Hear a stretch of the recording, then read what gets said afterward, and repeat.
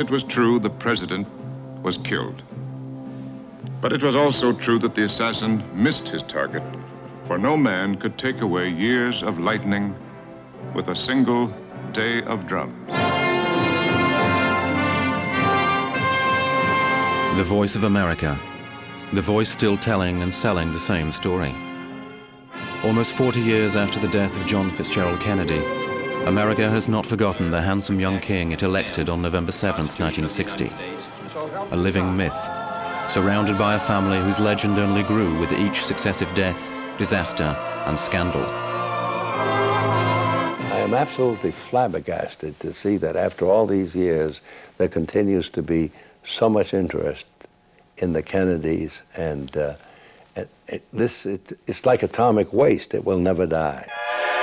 The true story of the Kennedys is a dramatic combination of classical tragedy and vaudeville, brilliantly staged and played by the clan itself, their court, their vassals, and their enemies.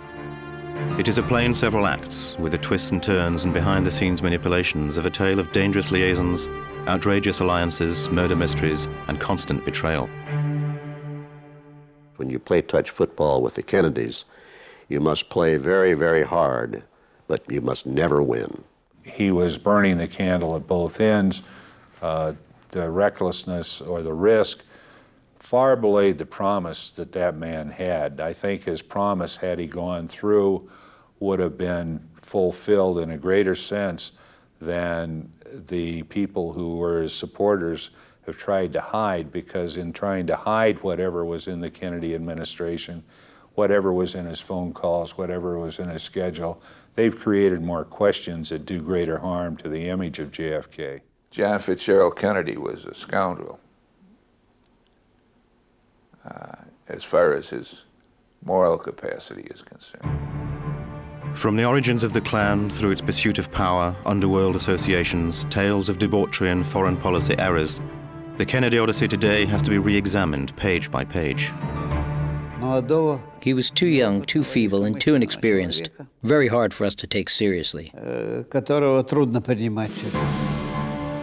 the first time, a clearer and more pertinent light can be shed on the Kennedy realm, illuminated by revelations from former servants of America's most formidable adversary, the Soviet Union. In the United States and in Russia, memories are today finally revived, tongues are loosened, documents appear, and witnesses emerge from the shadows as if by magic.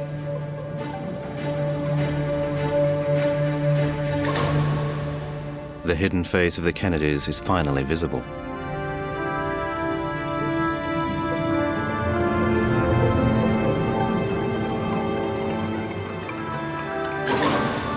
Act 1. As the First World War unleashes its devastation over Europe, a small-time speculator and banker, the son of an Irish barkeeper, harbors dreams of social advancement. He marries Rose Fitzgerald, the mayor's daughter, breaks into the movie business and makes his fortune in just a few years. He is Joseph Kennedy, to all appearances an exemplary figure. Joe was the boss of all the Kennedy affairs, and a tough guy, and very wealthy.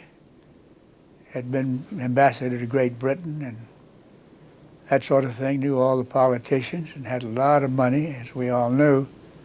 So he was always in the background when they were picking the ticket.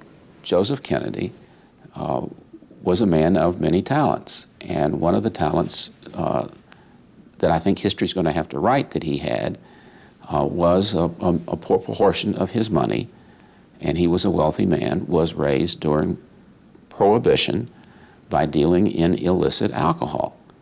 This is the testimony of men like Frank Costello, a major figure in organized crime, and others, Doc Satcher, a major figure in organized crime, all told people in the latter part of their life that they had worked with Joseph Kennedy in the liquor business. Joe Kennedy, shady businessman and friend to gangsters. Joe would never be troubled for these offenses. On the contrary, in 1937 he was appointed as the United States ambassador to Great Britain, before being urgently recalled in 1941. If I am called an appeaser because I oppose the entrance of this country into the present war, I cheerfully plead guilty. And so must every one of you who want to keep America out of this war. Joe played the outraged, courageous victim of his own convictions, but in reality, he was no diplomat. In war-torn Britain, his position in favor of American neutrality won him no friends. It was a serious error, fueling the suspicions of anti-Semitism and of his repeated pre-war contacts with extreme right-wingers in England and with Nazi dignitaries.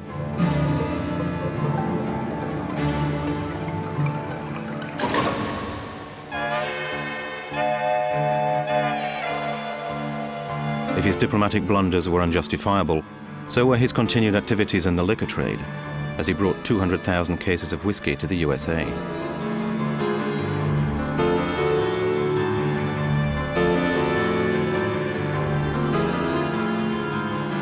The British counter-espionage service MI5 had their eye on Joe's affairs and their ears on the American embassy's wiretaps. This is still a sensitive subject. MI5's archives remain classified and so unavailable. A failed diplomat but highly successful businessman, Joe Kennedy would soon become, at least officially, persona non grata in the American political arena. Well, Joe Kennedy was a big man in the United States politics. He was almost, in my opinion, a collaborator with the Nazis.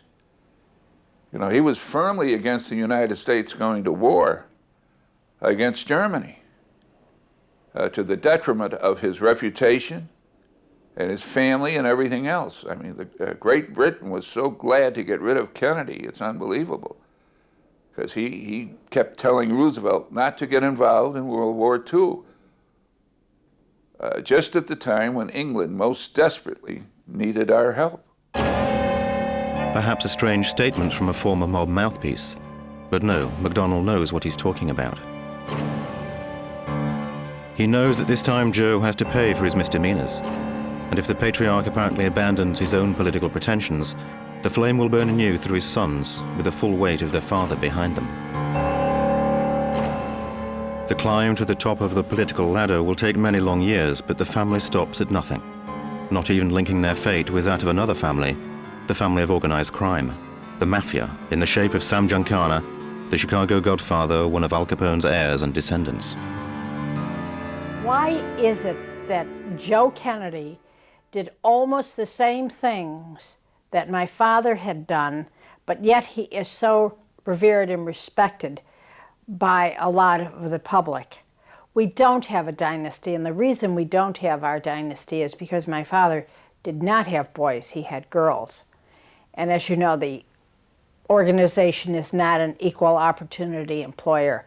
I guarantee you that if my father had boys, we would have had our own dynasty as the Kennedy. Joe, the Kennedys, and the underworld. Joe and Sam Giancana, alias Mooney or Moonface. Like Joe, Mooney made his fortune thanks to Prohibition.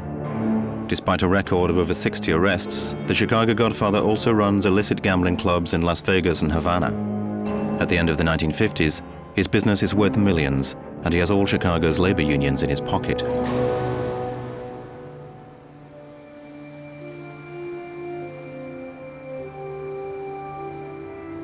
Act 2. Kennedy and Giancana behind closed doors.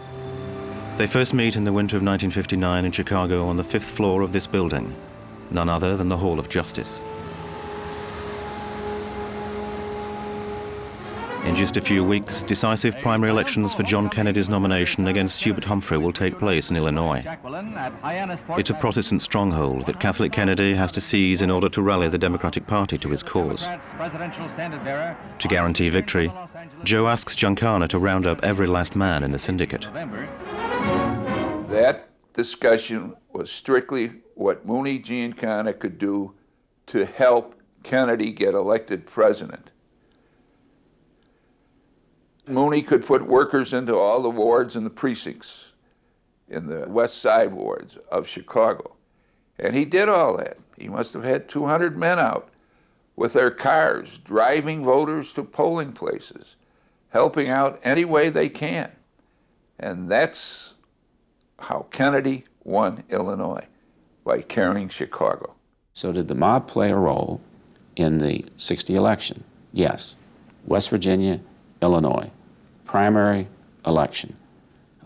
But for the mob, Kennedy probably would have lost. And he thought in cooperating and doing things for the Kennedy that the Kennedys would actually get off of his back and just leave him alone and let him run things as he should have or wanted to.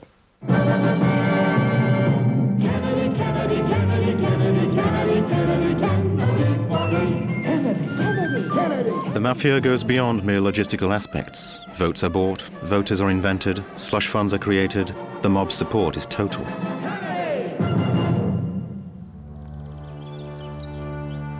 The election fixing has been confirmed by a journalist who, along with others, tried to reveal the scandal at the time, without success. His paper, the Wall Street Journal, refused to publish the story. Today, all that Roscoe Seaborn has left is an unpublished file, the final remains of a 5-week investigation. Well, we discovered that there was no question that huge amounts of money had been paid by Kennedy representatives to control these local machines.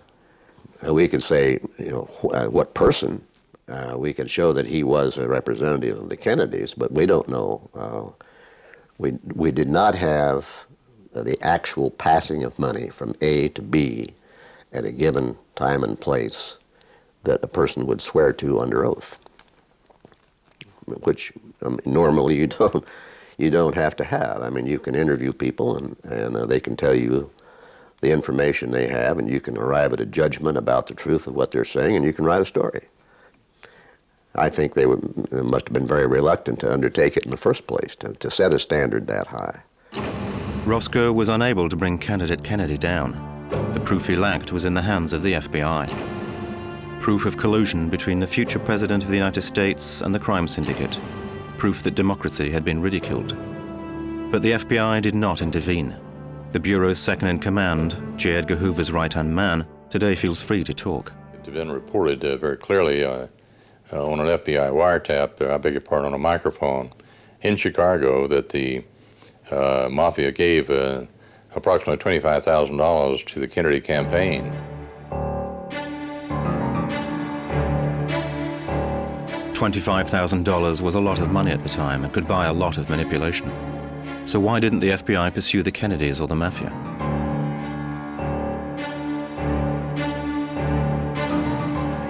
Perhaps it was a way for the Bureau's Supremo, John Edgar Hoover, to hold certain compromising files in reserve for any future Kennedy interference against him.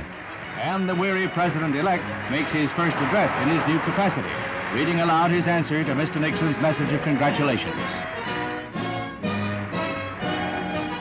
In reply to the Vice President.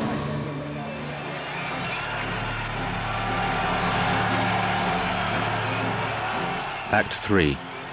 Democracy Deceived. On November 7th, the man now known as JFK wins the presidential election. The Kennedy clan has won its bet, and the White House is theirs.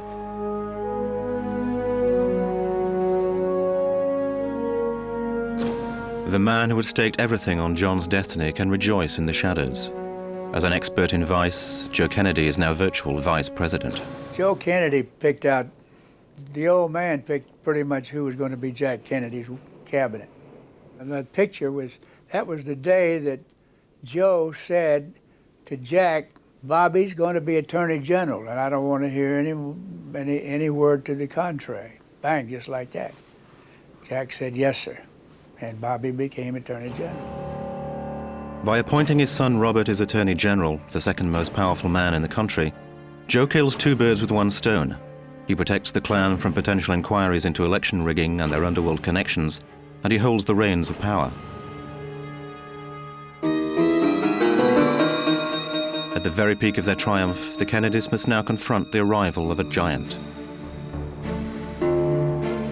The new masters of America are from now on in the sights of a formidable and often invisible enemy, the Soviet Union. From public crisis to private scandal, the Kremlin's spies, double agents, and tacticians never let up on the Kennedys from start to finish. For the first time, a former officer from the Soviet Army's Secret Intelligence Service, the GRU, agrees to testify. Viktor Lyubimov's mission in the United States was to recruit informers. He is still a GRU advisor, but their files remain strictly confidential. Конечно, нужно It was important for the new American administration to establish contact with the Soviet Union. And when we asked the Kennedy brothers whom we should speak to, they told us to the president's father, Joe Kennedy, who you can find in France on the Riviera. He was the one who dealt with America's economic interests. Он представляет экономические интересы Соединенных Штатов. For the Kennedys, America's economic interests are now under serious threat, and the danger lies a mere 40 miles off the coast of Florida. Devil's Island, Castro's Cuba. In power for just a year, Castro has expelled all American influence, particularly the mob, who had transformed the island into a gigantic casino and brothel. From the outset, the Kennedys are outraged and prioritize the Cuban problem. It had been a campaign issue, and the Soviets have already taken a strong hold. Не заглушить вам голос народа, голос правды, который звучит и будет звучать. Конец, могила колониальному рабству. Долой его и похоронить его, чем глубже, тем лучше. Then I want it clearly understood that this government will not hesitate in meeting its primary obligations, which are to the security of our nation. Should that time ever come, we do not intend to be lectured on intervention by those whose character was stamped for all time on the bloody streets of Budapest. Get rid of Castro and the Castro regime. That was the phraseology. When I asked my boss at that time, Dick Bissell, what do you mean get rid of? He said, no holds barred, use your imagination. So you put any kind of definition you want to it. They wanted him out of the way, but nobody ever used the word kill or assassinate or murder or anything like that. That was never used. It's kind of language you don't use at all. You don't have to. Strange language indeed. They asked us, they want him to disappear. They are the Kennedys. But there's no way that killing, assassinating the leader Maximo, eradicating the communist threat can be spoken of in official terms. Castro is protected by a Soviet big brother, and discretion is called for, by fair means or foul, even if the Kennedy clan has to again engage the dark forces which have already proved so cooperative. The CIA asked me if I would contact Mr. Roselli and find out if he would consider getting some of his associates in the mafia to get involved in an assassination of Fidel Castro. I have to tell you right now that I was not very enthusiastic about any of this until the representatives of the CIA convinced me that Mr. Castro was in the process of building launching platforms that could be very detrimental to the security of our country, and that, in fact, we were at war with Cuba at that time. Robert Mayhew is speaking of Johnny Rosselli, one of the Chicago mob's top hitmen. His boss is an old Kennedy acquaintance, Mooney or Sam Giancana. Rosselli, Giancana and Robert Mayhew meet on several occasions in the restaurant at Miami's Fontainebleau Hotel. Between drinks, they set out the details of a plan to assassinate Castro.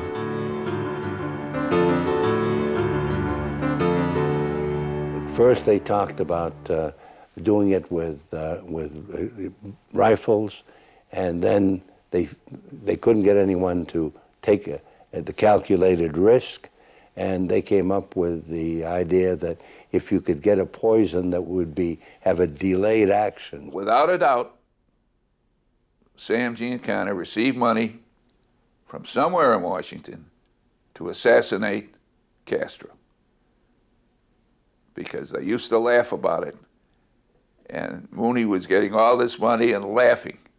Well, the poison pills in plastic were given to me by CIA, and I gave them to Roselli. As a former FBI and CIA secret agent, Robert Maheu was questioned in 1975 by a commission investigating and assessing the Kennedys' role in several assassination attempts made against various heads of state regarded as hostile to Uncle Sam. His testimony was ignored and buried. Attorney General Robert F. Kennedy came over and briefed Mr. Hoover thoroughly on what CIA was trying to accomplish in having liaison with Mo Giancana and organized crime in Chicago in order to effect the assassination of Castro. We were totally against it. It was reprehensible as far as we were concerned. Why? Because we were dealing with a snake. We were dealing with the enemy. Furthermore, it thoroughly disrupted FBI cases that we had hoped to bring to indictment and to prosecution, at least enable the Department of Justice to do that. But to become closely associated with organized crime and to be beholden to them looked very bad as far as we were concerned, and we were glad we had nothing to do with it. They went forward and found, I believe it was a lady that they thought was able to do that, and at the last minute, it did not happen. She lost her courage.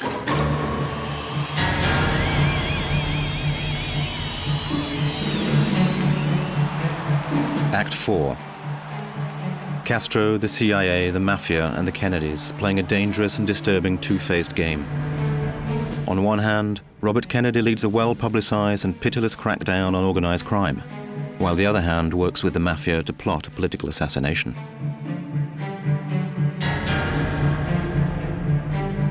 The first attempt is a failure which soon becomes a fiasco, the Kennedys' Caribbean D-Day or the Bay of Pigs. The operation in the spring of 1960 was prepared by the CIA and the ever-present mob. The American government and organized crime invested millions of dollars with the objective of conquering Cuba.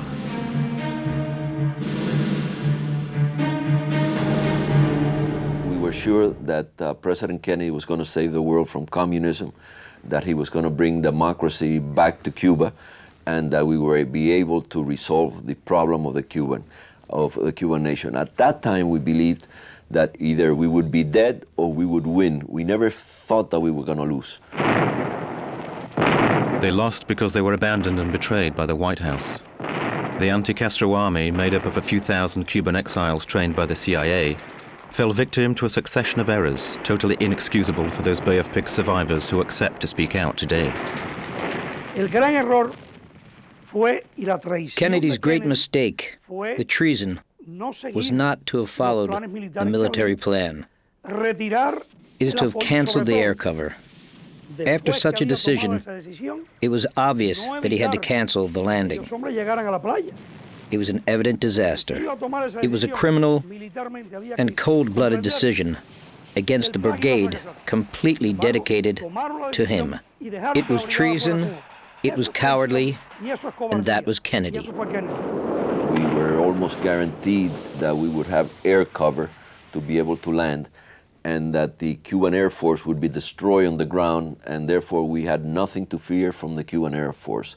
That never happened. The Cuban Air Force started bombarding us from the very beginning. It sank several ships where we had our ammunition and storage, and it attacked us on the beach. We really were never able to form a cohesive fighting unit. Cancellation of the air raid and the proper air cover had come from Kennedy at the last minute. When that decision was made, we also inherited the obligation, I felt, of stopping the invasion. We allowed these kids to land on the beaches, and it was a foregone conclusion that the invasion could not be successful without these two elements in place. That's an assassination of sorts. When we got back to the beach, we realized also that we would not be evacuated, that we were on our own, that we had to take a last stand there. Last stand which could not be taken because we didn't have anything to fight with. Победы социализма и коммунизма! Viva la Unión Soviética! Да здравствует Советский Союз!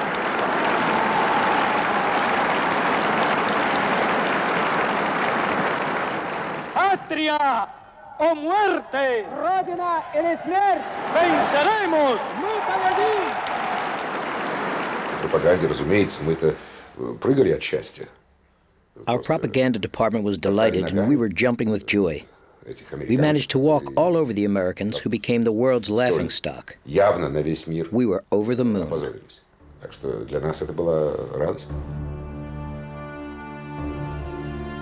Some were angry, some incredulous, some exultant. But others knew that the Kennedys had other obsessions apart from Castro. Kennedy got me to do a lot of unofficial trips for him. They would arrange, our State Department would arrange for me to go and meet with the heads of the various countries. And I went all through Central and South America, and to figure out and try to determine who would really be friendly with us and who wasn't. And that's what who was going to be a dictator, who wasn't going to be a dictator, and who should we be cultivating, who we shouldn't. Kennedy spoke to the American people about progress, about a new social contract, respect for minorities and civil rights. That was one side of the coin. The other was that these ideas were not applicable abroad. It was handled by Dick Bissell, who was then the head of the clandestine service, to create an executive action capability for any part of the world in terms of if some leader somewhere turned up that was making trouble for the United States, it would be up to the president to decide whether he wanted to get him out of the way or not. In 1961, he approved the creation of the ZR Rifle Unit, a foreign policy version of the Crime Syndicate, a CIA murder squad entrusted with eliminating certain figures in the emerging Third World. This exceptional document reveals the existence of this secret unit. They are extracts from the investigative commission into the Kennedys' involvement in this assassination unit. The assassination of Castro. Bissell testifies. I do not remember instructing him to revive that operation. I do remember instructing him to proceed with the projects called ZR Rifle, which was to plan for and develop a capability. The chairman asks, would it be fair to say that you assumed the director, Mr. Dulles, had informed the president about the assassination attempt? Bissell replies, I assumed that he had at least intimated that some such thing was underway.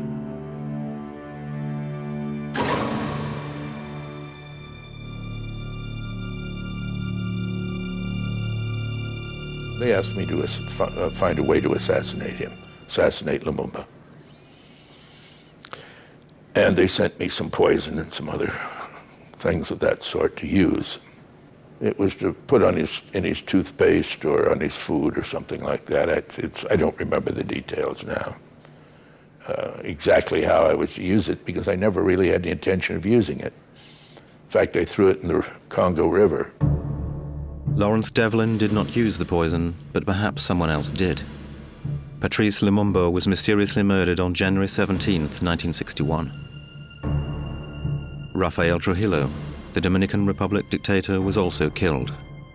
The day before he was shot to death, he received a visit from George Smathers, the president's secret emissary. A coincidence, no doubt. Lumumba, Trujillo, and then Ngo Dinh Diem, president of South Vietnam, who was shot several times in the head. His murder has never officially been explained. Bodies fell, but not the killers.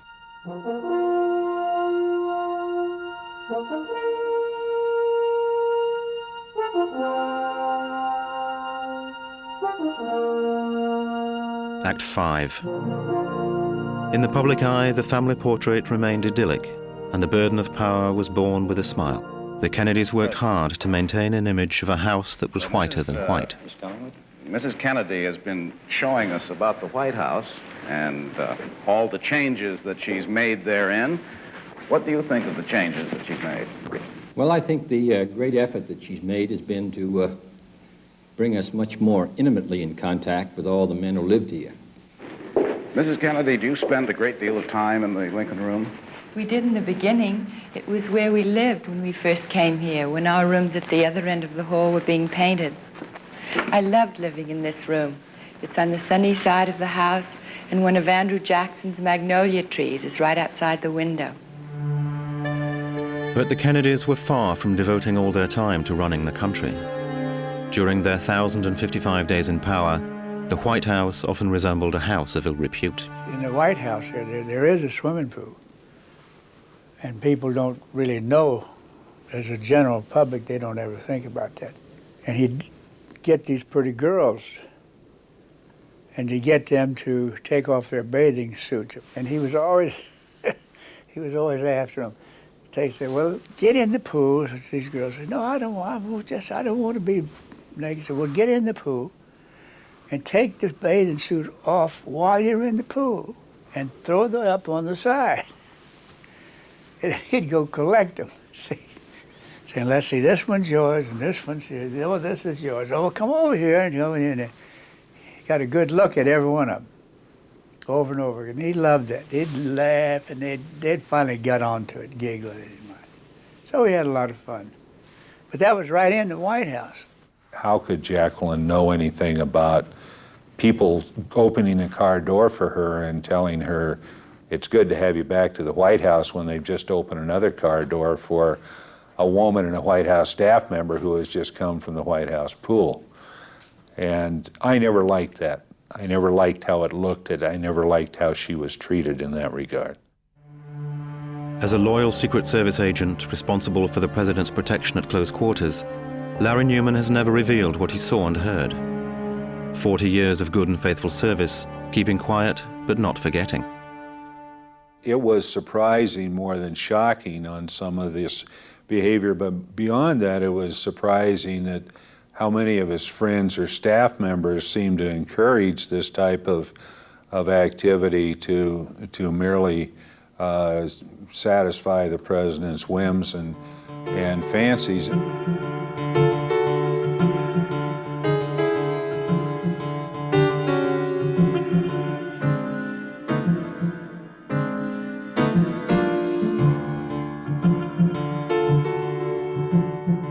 Kennedy used every woman he came in contact with. They were not personal for him. They were playthings. And so from his perspective, there was no commitment in any of it. And there were so many, and on so many occasions.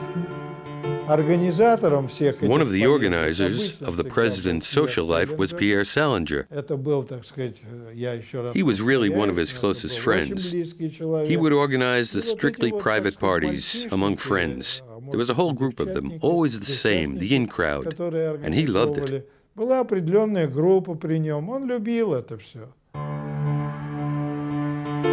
Another well-informed Soviet. He fingers Pierre Salinger, the great orchestrator of the Camelot saga and eternal promoter of that cult film, The Good Side of the Kennedys. Leonid Zamyatin's statement is read to him. There was a whole group of them, always the same, and he loved it. How do you react to that? Are you talking about Jackie? No, of Jack, the president. No, but what about Jackie? His wife? Because that was an interesting thing that was going on at that time. She was a great friend of mine, and we did a lot of work together. She didn't want the journalist to do the photos of John Jr. and Caroline, because they would be outside, and she wanted me to stop them from doing any photos of them.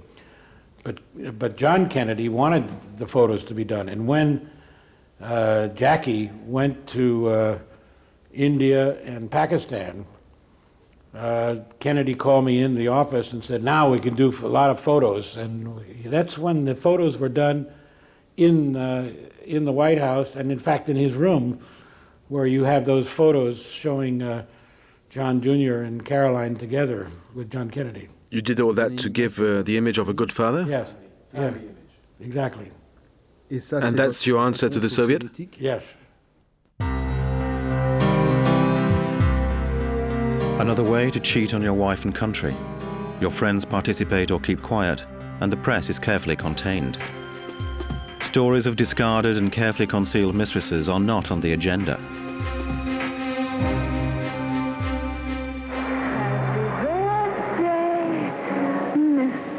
President. A legendary scene and a legendary liaison. The history books would finally recognize Kennedy's relationship with Marilyn Monroe. But will history recall that she was merely one among hundreds of actresses, starlets, and high-class hookers used to relieve Kennedy's frenetic sexual appetites and his health problems? And do the history books reveal the existence of Judith Campbell, a mistress that JFK shared with an old family friend, none other than Sam Giancana? A shared mistress and a shared objective. At the time, Giancana was actively participating in the preparations for the invasion of Cuba. She was sleeping with both men. That also is on the record. She's admitted it. She was one of the very most beautiful women when she was in her early 20s. I don't blame President Kennedy for, of course, he went after anything, but he did have some beautiful women. But I believe she was really very much in love with Kennedy instead of Sam.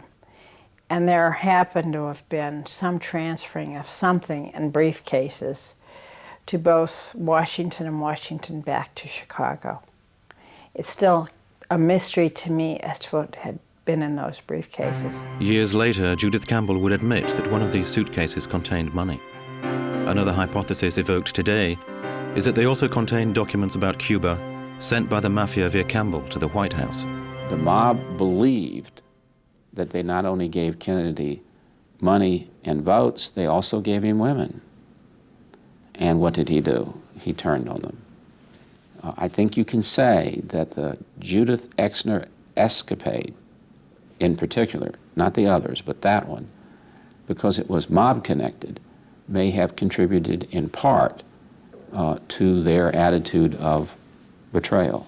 Her closeness to the mob, to organized crime, and her relationship with President Kennedy caused considerable consternation and puzzlement. So after the president had repeated meetings with Judith Exner, Mr. Hoover told Bobby Kennedy about it, and later on mentioned it to the president. And the president indicated he would stop seeing Judith Exner, and he did for a while, but he did see her a couple of times after that. We knew all that, but we didn't descend to that level at the KGB. We would never have blackmailed a president for sleeping with another woman.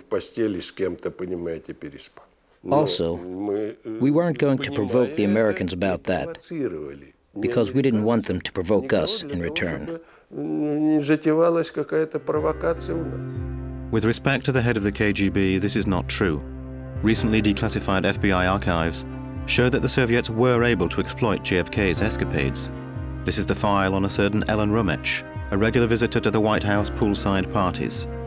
The file is not classified, but has been severely amended by the censors. The man in charge of the investigation was the FBI number 2 in person, Carther DeLoach. The FBI knew that Ellen Rumich, well, let me put it this way, there's considerable evidence that Rumich was an East German espionage agent, and consequently we were following her activities very closely. And we knew of the association between the president and Ellen Rumich. We were cut out completely of what happened to Ellen Rumich, in other words, being spirited out of the country and back to East Germany. And frankly, I have no facts on that other than what was rumored at the time, and I don't repeat rumors. There was an earlier situation when Kennedy was in the Navy back during World War II, and he was dating an individual by the name of Inga Arvid. Now, Inga Arvid at that time was a reported German espionage agent. She was never indicted. There wasn't sufficient evidence to do so, but Kennedy had Inga Arvid visit him in various places, Norfolk, Virginia, Charleston, South Carolina.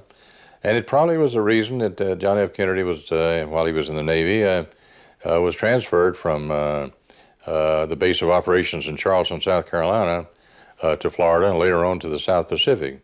It also was a serious breach at times of security because we knew nothing about the unannounced, the off-the-record people who were into the president's suite, the women that came in. We didn't know what they were carrying. We were in the middle of the Cold War. If President Kennedy wanted to invite Mrs. Khrushchev to the White House pool and take her up to the mansion, there was nothing the Secret Service could do about it.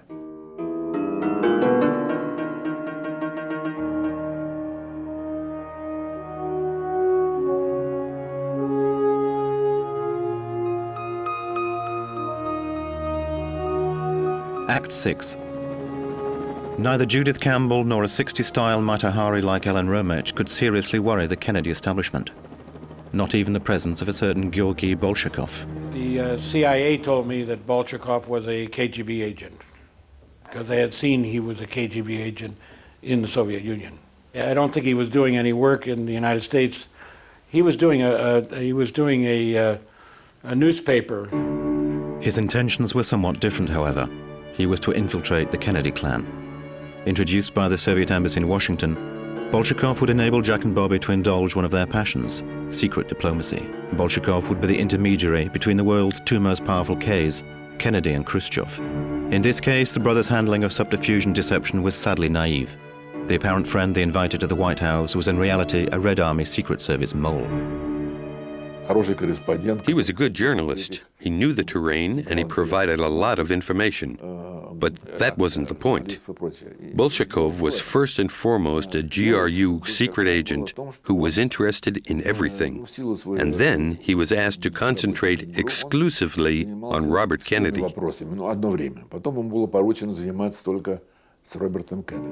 In just a few months, Bolshakov became a trusted and privileged friend to the Kennedys.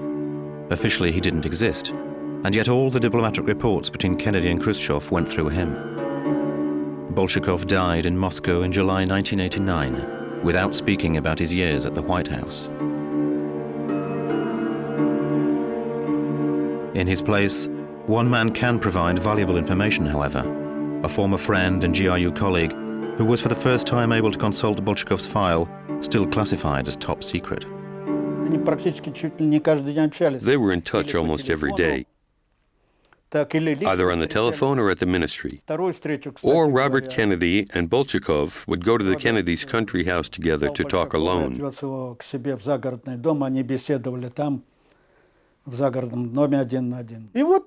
how they became good friends.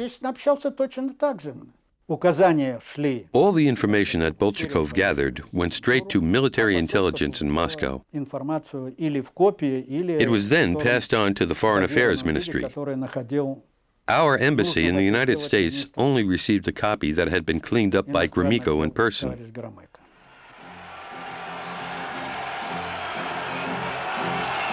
Was this merely naivety, thoughtlessness, incompetence?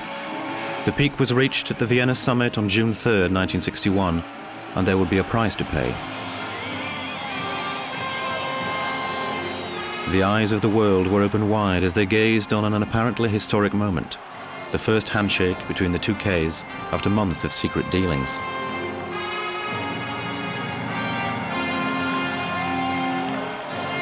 The key issue at the meeting was the delicate problem of the repartition of Germany and Berlin. The man shaking hands with Kennedy just before the meeting is none other than Viktor Sukhodrev, a crucial witness.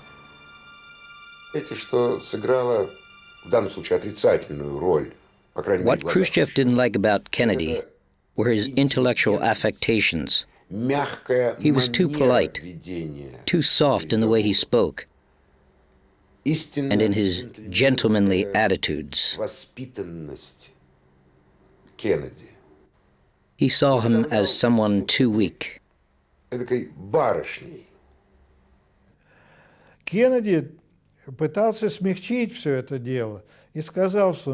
Kennedy was always trying to smooth things over.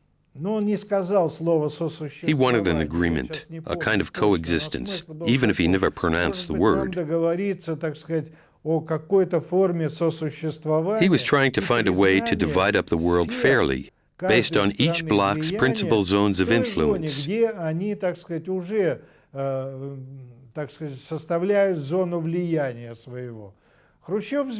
Khrushchev became absolutely furious. What? We have to share the world? Who can stop us helping Cuba? You want to make us stop all our aid to Cuba and Castro? What will the other countries think? And all the various peoples struggling for national liberation against America. And then he began a long speech about America's imperialism. The Vienna summit was a bitter failure. According to some Kennedy aides, the president wept. What would he have done if he had known that on this occasion he couldn't even bluff? GRU agents who had infiltrated Washington and in Europe had provided Khrushchev with NATO's plans for an attack on the Soviet Union. Kennedy was checkmated. И Хрущев видел, что Kennedy Khrushchev clearly heard Kennedy's message that he wanted détente with the Soviet Union at any price. То есть факты, которыми располагал Хрущев, But the documents in his possession demonstrated a huge difference between Kennedy's words and the printed facts presented in the documents. Существовала большая разница. Мы, Хрущев и все сопровождающие, там и Громыко был. After the meeting, we went with Khrushchev and Gromyko to our Austrian ambassador's residence. We went for a walk in the garden, and Khrushchev gave us his impressions. He suddenly came out with the following sentence. Сказал такую фразу. Да. I really pity the American people for having such a president. Что у него такой президент. Europe was also to be pitied. In August 1960, the Iron Curtain was drawn. War seemed imminent. Every week, 10,000 sought freedom from the snare.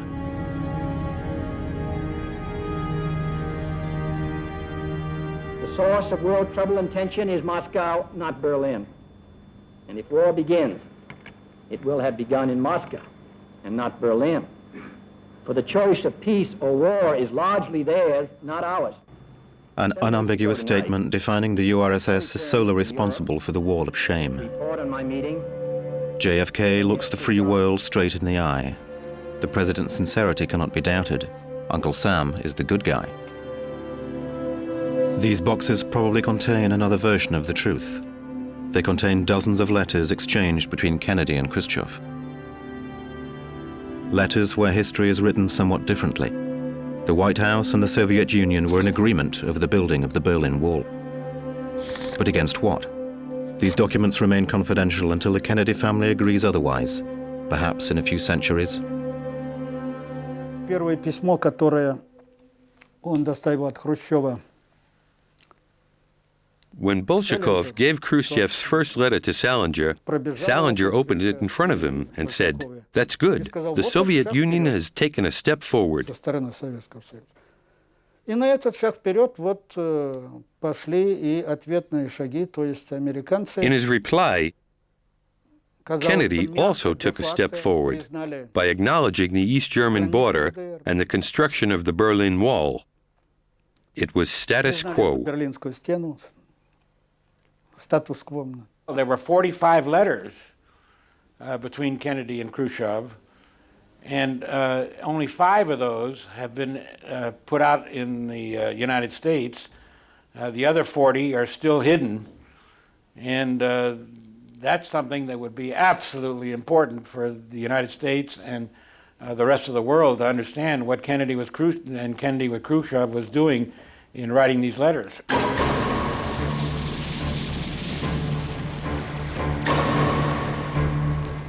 Act 7. Was the match tied? Not yet.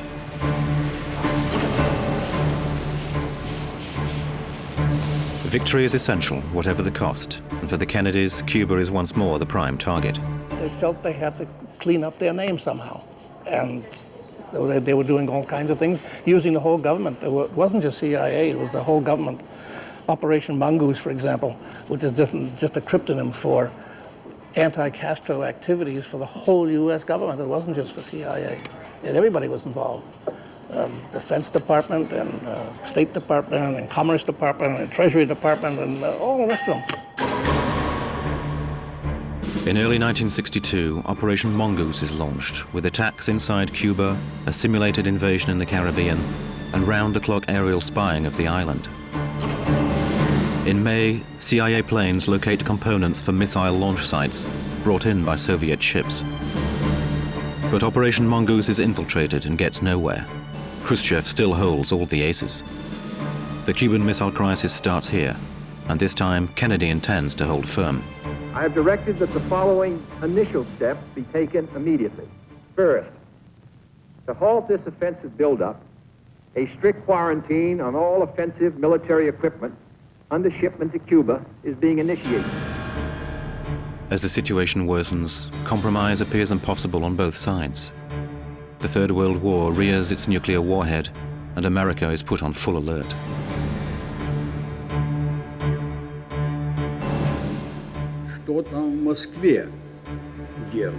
What was happening in Moscow? As Kuznetsov told me later, Khrushchev was crapping his pants. On Sunday morning, a message reaches the White House from Moscow.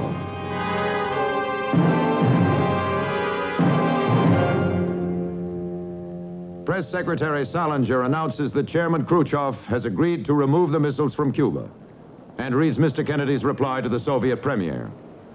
The president already has left the White House to attend services at his church. In order to thank God or to confess that confrontation had become negotiation.